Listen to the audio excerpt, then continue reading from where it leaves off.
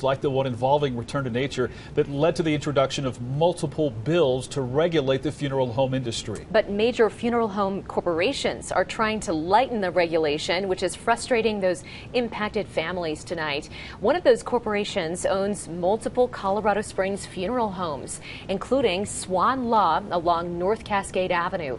That's where we find KRDO 13 investigator Quinn Ritzdorf live to explain the industry's latest lobbying efforts. Quinn. Service Corporation International is one of the largest funeral home companies in the world, and they own multiple funeral homes right here in Colorado Springs, including Swan Law here behind me. Now today, SCI told KRDO 13 Investigates it supports the regulation of the funeral home industry, but at the same time, it's also pushing for changes to legislation that would do just that.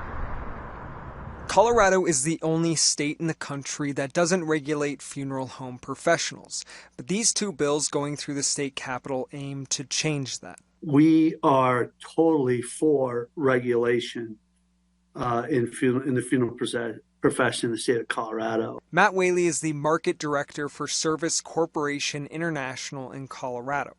Now, while they support regulation, SCI is worried the initial bill would affect the industry's workforce. We just want to make sure that we got enough people in the profession, to serve these grieving families that need our help. And SCI isn't the only industry professional with concerns. We got to do it right. We got to make sure that this bill is written correctly and not just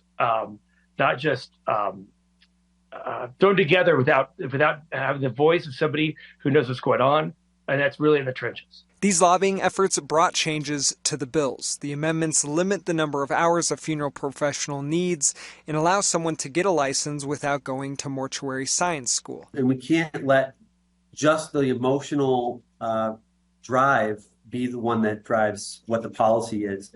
We have to be thoughtful about how the business end of things works and how we strike that balance to be sure that we're making this right for everyone. Mary Simons, whose husband was found inside the Return to Nature funeral home, is upset funeral home corporations are watering down the bills. It's a money issue, and that's what it boils down to, and I understand that. They don't care about us. They don't care about any of the people.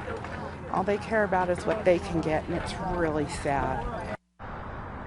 The bill that would license funeral home professionals just passed the Senate with those amendments that I mentioned. It will now head to the House for approval. Reporting live in Colorado Springs, Quinn Ritzdorf, KRDO 13 Investigates.